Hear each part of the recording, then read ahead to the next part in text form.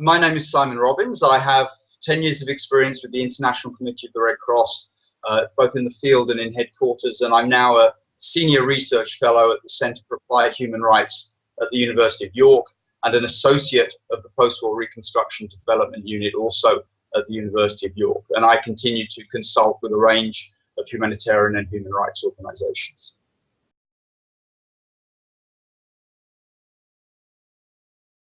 I mean, I think one only has to consider the news to see why we have to reflect on humanitarian action. Humanitarian failures, particularly those of protection, are most visible. And this week alone, we've seen the assault on Gaza, the ongoing violence in the Syrian conflict, continuing fighting in Iraq. All of these are contexts where humanitarian action is ongoing and where its failure is constantly presented to us. And I think what this selection tells you is how humanitarianism and global politics are intrinsically connected. The attack on Gaza happens because it's permitted by global power structures. The violence in Iraq is reported now because the West sees its security interests threatened by ongoing developments, even though the killing has continued at a very high level for a decade. In Syria, we see humanitarians overwhelmed by a conflict where there appears no political will to try to stop it. So my personal reflection would be how humanitarians position themselves relative to the politics of contemporary conflict, and my interest particularly around humanitarian protection during armed conflict necessarily means one focuses on this. I mean, we see that a rights-based humanitarianism, which is what drives essentially all humanitarian protection action today, has allowed a more political humanitarianism to emerge. And we see that neutral, impartial actors like the Red Cross, with whom I have a background, are doing excellent work in all of these contexts. But we also see new actors, explicitly non-neutral actors, human rights actors, such as Human Rights Watch, for example, doing excellent work around the Gaza conflict, even though their calls for accountability and their action very much diverge from what's been a traditional humanitarian politics. So I think that's very interesting.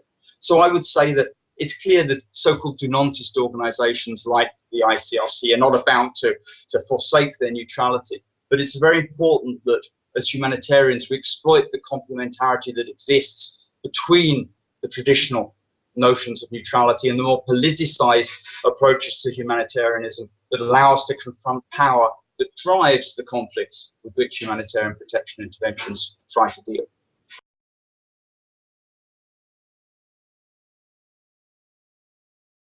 I mean, I think I've been discussing the conflicts in the Middle East, the huge protection challenges they present.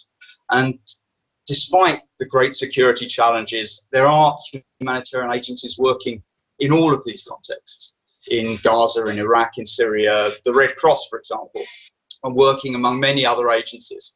And we see that mostly it's local agencies. It's the local Red Cross, it's the local Red Crescent in particular in those contexts, and local staff that suffer the bulk of humanitarian casualties. Those people are on the front line of humanitarianism, and it's important to understand that humanitarian enterprise is not something dominated by foreigners, even if foreign money is crucially important. It's a global enterprise, and people from the communities most affected by violations are taking the lead.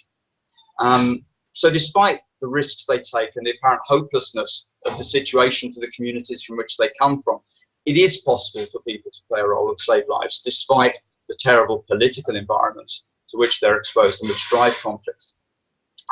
So whilst I've been quite cynical about the politics around humanitarian protection and the conflicts that continue despite humanitarian work, in all of these contexts, it is possible for dedicated individuals to make a difference.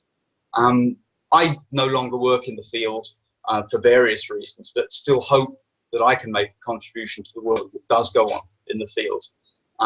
My work now seeks to understand the challenges, such as the political challenges that face contemporary humanitarianism. I think one can continue to try and increase the professionalization of the industry through better training. I'm currently working on a humanitarian protection textbook, for example. This can set the scene to ensure that the humanitarian protection work we do is better than it has been in the past.